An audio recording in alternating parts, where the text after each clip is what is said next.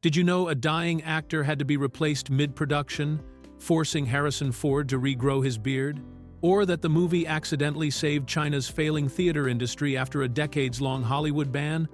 From Tommy Lee Jones predicting he'd never win an Oscar to the composer calling his own score a quasi-failure, this beloved thriller hides some truly bizarre secrets behind its polished exterior. Here are 15 weird facts you didn't know about The Fugitive, 1993. Fact 1. Harrison Ford's real injury created character authenticity. Harrison Ford's noticeable limp throughout The Fugitive wasn't the result of careful character acting or special effects. It was completely real, caused by an injury Ford sustained during filming that he deliberately chose not to treat until production wrapped. While shooting scenes in the forest early in the production, Ford damaged ligaments in his leg, creating a genuine injury that would normally require immediate medical attention and surgery to properly heal. However, instead of halting production to address his injury, Ford made the decision to refuse surgical treatment until filming was completely finished. His reasoning was both practical and artistic. He realized that his real limp would actually enhance his character's authenticity, making Dr. Richard Kimball appear more vulnerable and human as he struggled to evade capture while on the run. Ford understood that a man who had just escaped from a bus crash and was desperately fleeing through difficult terrain would naturally be injured and move differently than someone in perfect physical condition. This decision meant that Ford had to endure months of filming while dealing with genuine pain and limited mobility. Every scene where viewers see Richard Kimball running, walking, or moving in any way shows Ford's actual physical struggle with his damaged leg. The limp is particularly noticeable in the chase sequences, where Kimball is supposed to be moving quickly but clearly favors one leg over the other. Ford's commitment to maintaining this authentic injury throughout the entire production demonstrates his dedication to creating a believable character, even at the cost of his own physical comfort. The injury adds an unexpected layer of realism to Kimball's journey, making his escape and survival seem more challenging and his determination more impressive. What could have been a production setback instead became an unplanned character element that enhanced the film's overall believability and emotional impact. Fact 2. Actor's tragic death forced emergency recasting. One of the most heartbreaking behind-the-scenes stories from The Fugitive involves the tragic loss of veteran actor Richard Jordan, who was originally cast to play the pivotal role of Dr. Charles Nichols, the colleague who appears to be helping Harrison Ford's character but is later revealed as one of the main villains. Jordan, a respected character actor known for his work in films like Logan's Run and The Hunt for Red October, had already begun filming several scenes when his health suddenly deteriorated during production in April of 1993.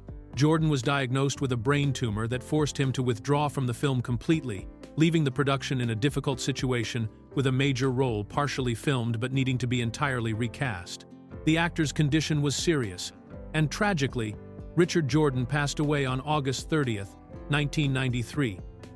Just 3 weeks after The Fugitive was released in theaters, making his departure from the film even more poignant in retrospect. The production team quickly brought in Dutch actor Jeroen Krabbe, who was known for playing villains in films like The Living Daylights, to take over the role of Dr. Nichols. However, this casting change created an unexpected continuity problem that required an unusual solution. Some of the scenes that Jordan had already filmed with Harrison Ford took place early in the movie when Ford's character still had his full beard, which was an important visual element for the character's transformation throughout the film. Since Ford had already shaved off his beard for later scenes, he was forced to regrow his facial hair specifically for the reshoots with Krabbe. If you watch the early scenes with Dr. Nichols carefully, you can actually notice that Ford's beard looks slightly different in texture and fullness compared to how it appeared in other early scenes, because it was literally a different beard grown months later during the emergency reshoots that became necessary due to this tragic circumstance. Fact 3. China's first Hollywood film in nearly a decade. The Fugitive holds a unique place in cinema history as the film that broke through one of the most significant barriers in international movie distribution, becoming the first major American film to be screened in China in nearly a decade. This breakthrough came at a critical moment when China's movie theater industry was facing a severe crisis that threatened its very survival. By the early 1990s, China's film industry was experiencing a dramatic collapse that had been building for years. Cinema ticket sales had plummeted from $23.9 billion in 1979 to just $9.5 billion in 1993, representing a catastrophic decline that left theaters empty, and the entire industry struggling to stay afloat. The last major American film to receive a theatrical release in China had been First Blood back in 1985, meaning that an entire generation of Chinese moviegoers had grown up without access to recent Hollywood productions. The Chinese government's Ministry of Radio, Film and Television made the unprecedented decision to revise their long-standing restrictions on foreign films, agreeing to allow 10 of the best foreign movies into China each year. This policy change was promoted as a cultural opening, but it was actually a desperate attempt to save the struggling domestic theater industry by bringing in films that could attract audiences back to cinemas. Warner Brothers took a significant financial risk by agreeing to much smaller profits than usual to be the first major studio to bring a recent release into China. When The Fugitive opened in November of 1994 in 6 major cities including Shanghai, Beijing, and Guangzhou, it was an immediate sensation. In Shanghai alone, more than 700,000 people saw the film in 36 theaters during its first month, with scalpers selling tickets for double the regular price of $1.25. The film generated over 11 million Chinese yuan in box office revenue and attracted 1.39 million viewers during its initial one-week run, proving that Chinese audiences were hungry for high-quality entertainment. Fact 4. 2 movies filmed, same parade simultaneously. One of the most unusual production coincidences in Hollywood history occurred during Chicago's St. Patrick's Day Parade on March 17, 1993, when 2 completely separate movie productions decided to film at the exact same event, leading to an awkward situation where competing camera crews kept bumping into each other while trying to capture their scenes.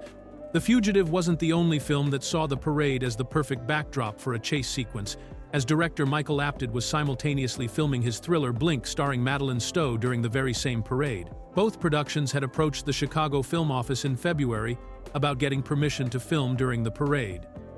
And according to Charles Giacaris, who was the head of the Chicago Film Office at the time, the location managers and production managers from both films had to work out complicated logistics with parade organizers to ensure they could both get the shots they needed. However, despite all the advanced planning and coordination efforts, the 2 camera crews still occasionally ran into each other during filming, creating unexpected challenges as they tried to avoid getting in each other's shots while capturing footage of their respective actors moving through the crowd. The situation was made even more difficult by the brutal weather conditions that day, with temperatures dropping to 21 degrees Fahrenheit and wind chill factors reaching -6 degrees Fahrenheit, making it extremely uncomfortable for both cast and crew members who had to spend hours outside filming in the freezing cold. The parade featured real participants including Chicago Mayor Richard M. Daley and Illinois Attorney General Roland Burris, who can actually be spotted briefly in The Fugitive as they participated in the actual event. Despite the logistical nightmare of having 2 film crews working the same location in harsh winter weather, both productions managed to successfully capture the footage they needed, with The Fugitive using the parade for Harrison Ford and Tommy Lee Jones's improvised chase sequence, and Blink incorporating the festive atmosphere into its own storyline, creating a unique moment in film history, where 2 Hollywood productions shared the same real-world event. Fact 5. Tommy Lee Jones predicted no Oscar win. Tommy Lee Jones made one of the most ironically wrong predictions in Hollywood history during the filming of The Fugitive, confidently telling his co-star Joe Pantoliano that their action thriller would never earn any Academy Award recognition, only to find himself walking up to the Oscar podium less than a year later to accept the Best Supporting Actor award.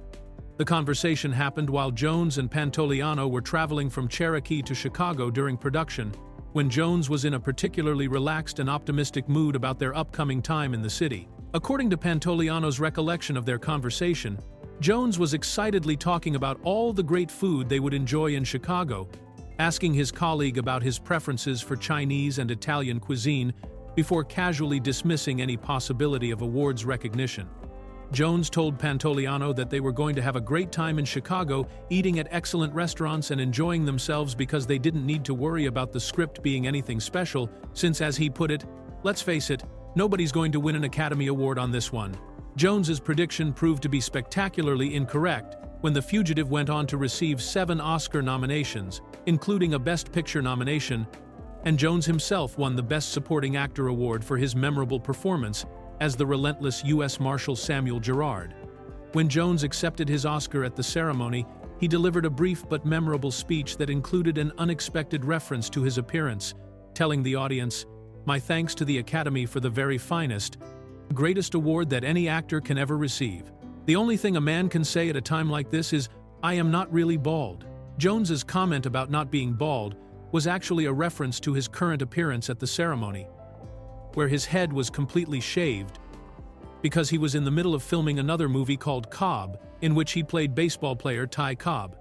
The contrast between his confident prediction that the film would earn no awards and his humble acceptance speech while sporting a dramatically different look made the moment even more memorable for audiences watching the ceremony. Fact 6. St. Patrick's Day chase was completely improvised. One of the most memorable and exciting sequences in The Fugitive happened purely by chance and creative spontaneity, as the famous St. Patrick's Day parade chase scene was never actually written into the original script and came about only because director Andrew Davis had a sudden inspiration to capture the real event happening in Chicago.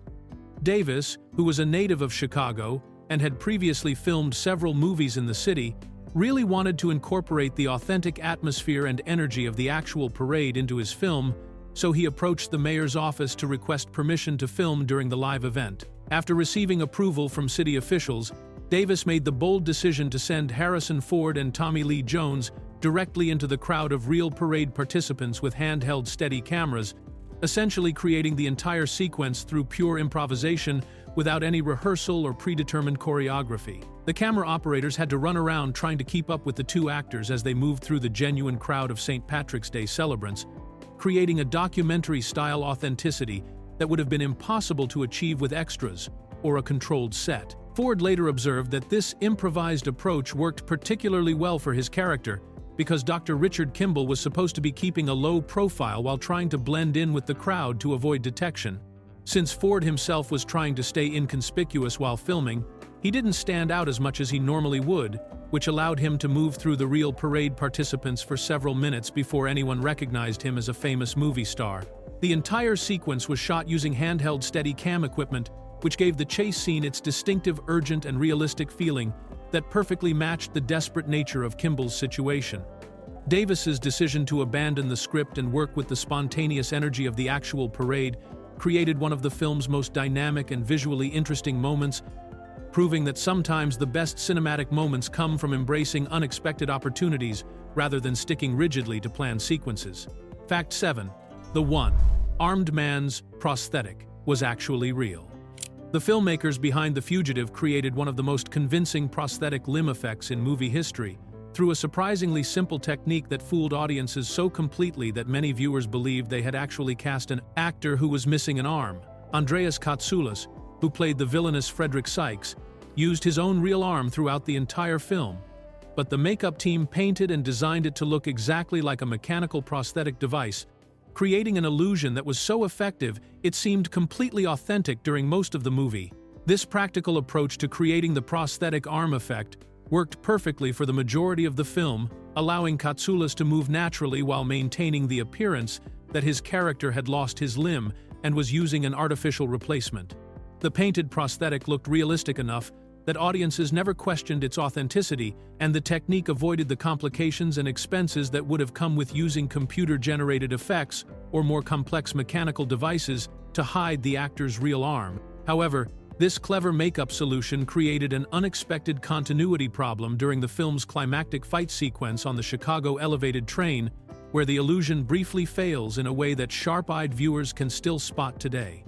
During the intense physical confrontation between Katsoulas and Harrison Ford, when Ford's character kicks Sykes backward during their struggle, Katsoulas instinctively used his supposedly missing hand to break his fall or steady himself. If you watch this moment carefully and know what to look for, you can clearly see the fingers on Katsoulas's painted prosthetic arm flex and move naturally as he reacts to being kicked, completely giving away the fact that his mechanical arm was actually his real hand the entire time. This brief moment reveals that what appeared to be a sophisticated prosthetic device was simply excellent makeup work, though the mistake happens so quickly during such an action-packed sequence that most viewers never notice the slip-up, even after multiple viewings of the film. Fact 8.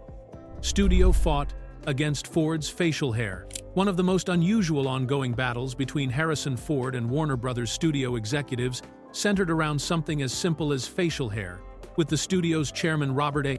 Daly repeatedly refusing to allow Ford to grow a beard or mustache for his various film roles because he believed the studio was paying for Harrison Ford's recognizable face and didn't want it obscured by any kind of facial hair. This corporate policy had frustrated Ford for years, as he was interested in exploring different character looks and felt that facial hair could be an important part of developing certain roles. But Daly consistently blocked these requests with his argument that audiences expected to see Ford's clean-shaven appearance. According to Ford himself in a 2023 interview, one of the reasons he was particularly drawn to the role of Dr. Richard Kimball in The Fugitive was that it finally gave him the opportunity to grow facial hair for a character, something he had wanted to do for a long time but had been prevented from doing by studio interference. Ford saw the beard as an essential part of Kimball's character development, since the Doctor would later shave it off as part of his transformation while on the run, using the change in appearance to help disguise his identity from the authorities who were hunting him. The studio initially pushed back against Ford's desire to have a beard in the early scenes of the movie, arguing that they had invested too much money in marketing Ford's recognizable face and didn't want to hide it behind facial hair that might make him less identifiable to audiences. However, Ford and the filmmakers successfully argued that the beard was crucial to the story since it provided a clear visual element that showed Kimball's transformation from respected doctor to desperate fugitive when he was forced to shave it off. This victory over the studio's facial hair policy was particularly meaningful to Ford because it represented his growing influence as a major star who could make creative decisions about his character's appearances, finally overcoming years of corporate restrictions that had limited his ability to fully explore different character looks and personas. Fact 9. Composer called his own score a quasi-failure. James Newton Howard's experience composing the music for The Fugitive represents one of the most self-deprecating assessments by a composer whose work would eventually earn Academy Award recognition, as Howard was so intimidated by the project that he called his own finished score a quasi-failure, and was genuinely shocked when it received an Oscar nomination. When Howard was first hired to compose the music for the film, he admitted that he was absolutely terrified by the assignment, feeling overwhelmed by the pressure of creating music for such a high-profile action thriller starring Harrison Ford and Tommy Lee Jones. Howard's anxiety became even worse when he began working with the temporary music that had been placed in the film during editing, which consisted largely of tracks composed by the legendary Jerry Goldsmith, one of the most respected and accomplished film composers in Hollywood history. Howard found himself constantly comparing his own work to Goldsmith's temporary cues and became increasingly despondent because he didn't believe he could match the quality and sophistication of what Goldsmith had created, even though those tracks were never intended to be permanent parts of the film. Despite his growing lack of confidence in his own abilities, Howard refused to quit the project, but he remained convinced that his musical contribution would not live up to the standards expected for such an important film. He was particularly unhappy with his work on the chase scenes, feeling that his string arrangements were too awkward and didn't provide the driving energy that such sequences required to be effective and exciting for audiences. Howard's harsh self-assessment of his work proved to be completely wrong when The Fugitive's score received an Academy Award nomination for Best Original Score, an honor that left him completely stunned. When he learned about the nomination, Howard said he was absolutely shocked because he genuinely didn't think his score was worthy of such recognition, though he acknowledged that sometimes the overall success of a movie can make every element of the production seem better than it actually is. Fact 10. Record. Breaking 6 editors, due to rush schedule. The Fugitive holds an unusual distinction in Hollywood production history for requiring an unprecedented number of film editors to complete the project on time, with 6 different editors receiving official credit for their work on the movie, creating what was then a near record for the most editors ever credited in the Academy Award Best Editing category. This extraordinary situation came about because Warner Brothers had committed to releasing the film by August 6, 1993, giving the production team only 6 months from the start of filming in February to deliver a completed movie to theaters across the country. The extremely compressed timeline meant that the normal post-production process had to be completely restructured to accommodate the studio's inflexible release date, since Harrison Ford's limited availability and the studio's determination to capture the lucrative summer movie season left no room for delays or extensions.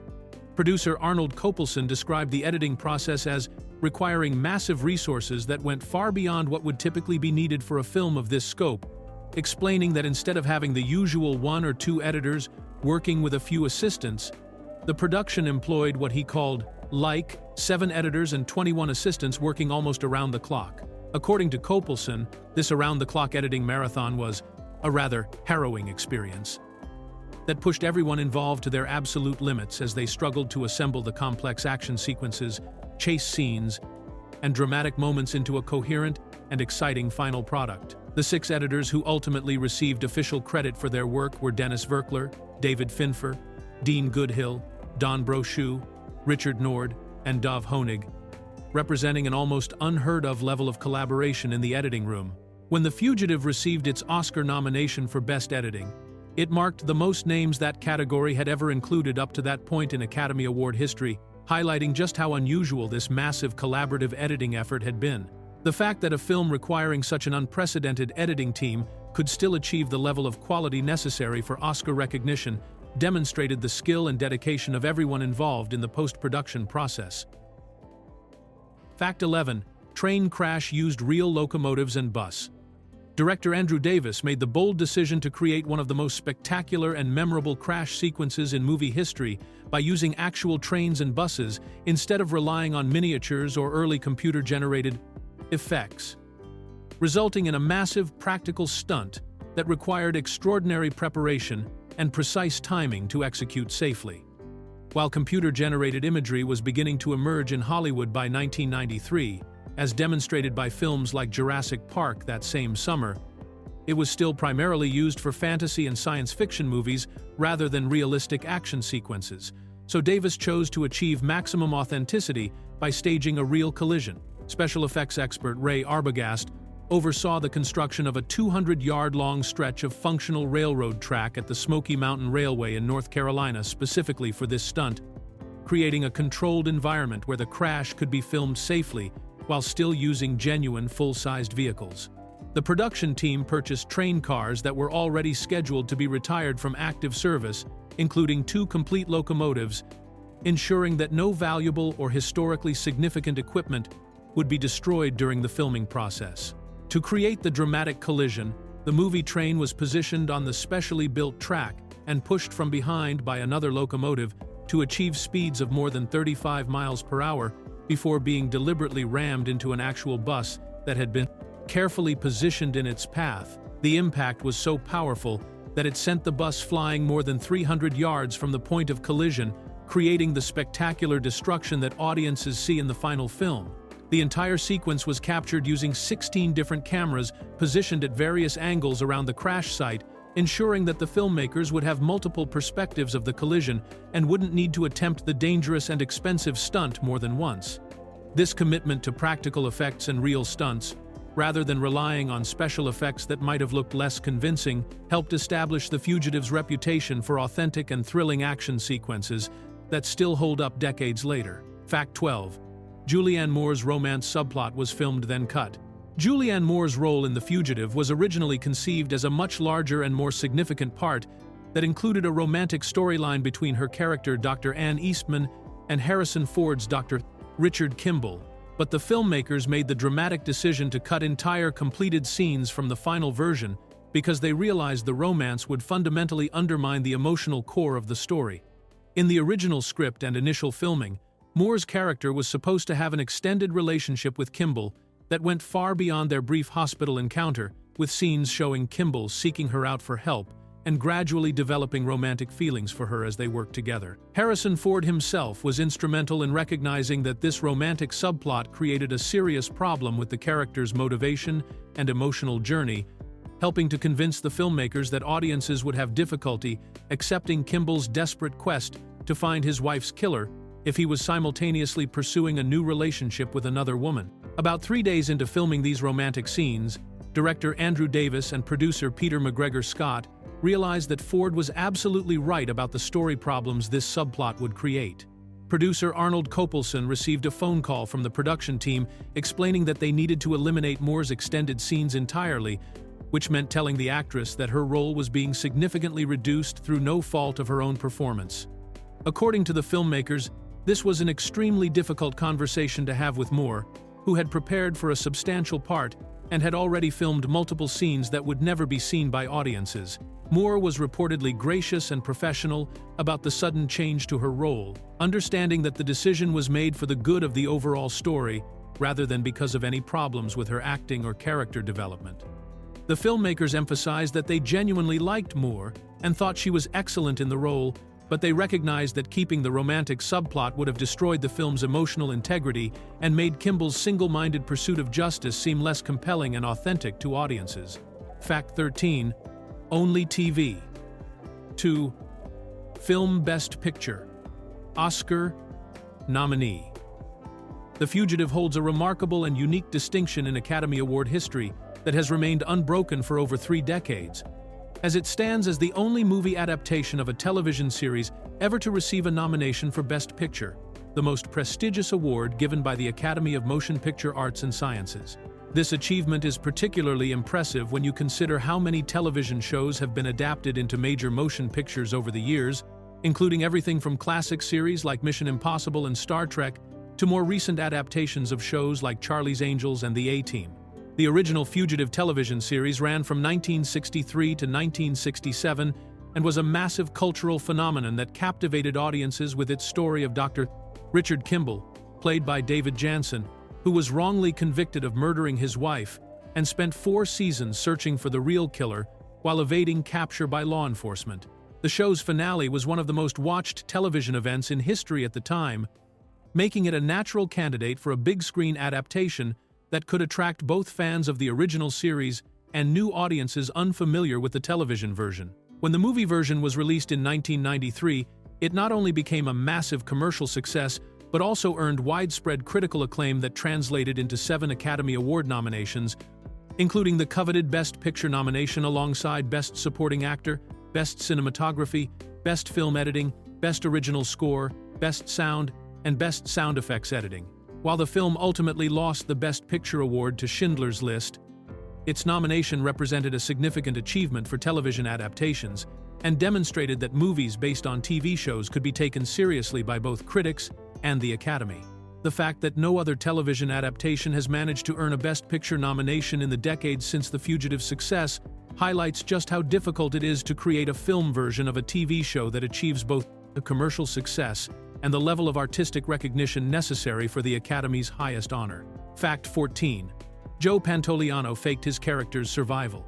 Joe Pantoliano pulled off one of the most successful acts of on-set improvisation in movie history when he secretly changed his character's fate during filming, transforming what was supposed to be Deputy Marshal Cosmo Renfro's death scene into a survival moment that would later earn him a role in the sequel. According to the original script for The Fugitive, Pantoliano's character was meant to die during the climactic sequences of the film, but the actor had other plans and decided to take matters into his own hands without telling the director or other filmmakers about his intentions. Pantoliano was hoping that The Fugitive would be successful enough to warrant a sequel, and he realized that if his character died in the first movie, he would have no chance of appearing in any future films featuring Tommy Lee Jones's Marshal Gerard and his team. With this goal in mind, Pantoliano made the bold decision to actively lobby for his character's survival, going so far as to add unauthorized physical movements and sounds during filming to suggest that Cosmo was still alive rather than dead. During the scenes where his character was supposed to have been killed, Pantoliano deliberately added groans and other vocal sounds to indicate that Cosmo was still breathing and conscious, and he also moved his legs and other parts of his body to show signs of life, rather than the stillness that would be expected from a deceased character. These subtle but important additions were entirely his own idea, and were not written into the script or directed by the filmmakers, representing a calculated gamble on Pantoliano's part to keep his character alive for potential future installments. Pantoliano's unauthorized improvisation proved to be a smart career move when his strategy worked exactly as he had hoped.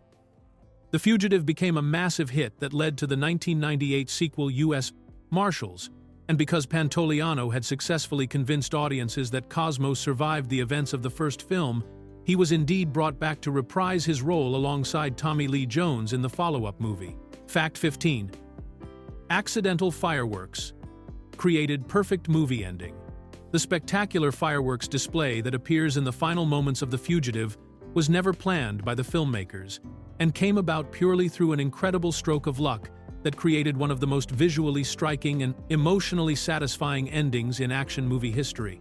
Director Andrew Davis and his crew were filming the concluding scenes of the movie at the top of the Chicago Hilton when a completely unrelated fireworks show suddenly began exploding in the distance, creating a dramatic backdrop that perfectly matched the triumphant mood of Dr. Richard Kimball's vindication and the resolution of his long struggle for justice. The timing of this unexpected fireworks display was so perfect that it seemed almost too good to be true, as the colorful explosions began just as the cameras were capturing the final shots of the film, providing a celebratory atmosphere that enhanced the emotional impact of Kimball finally clearing his name and bringing the real criminals to justice.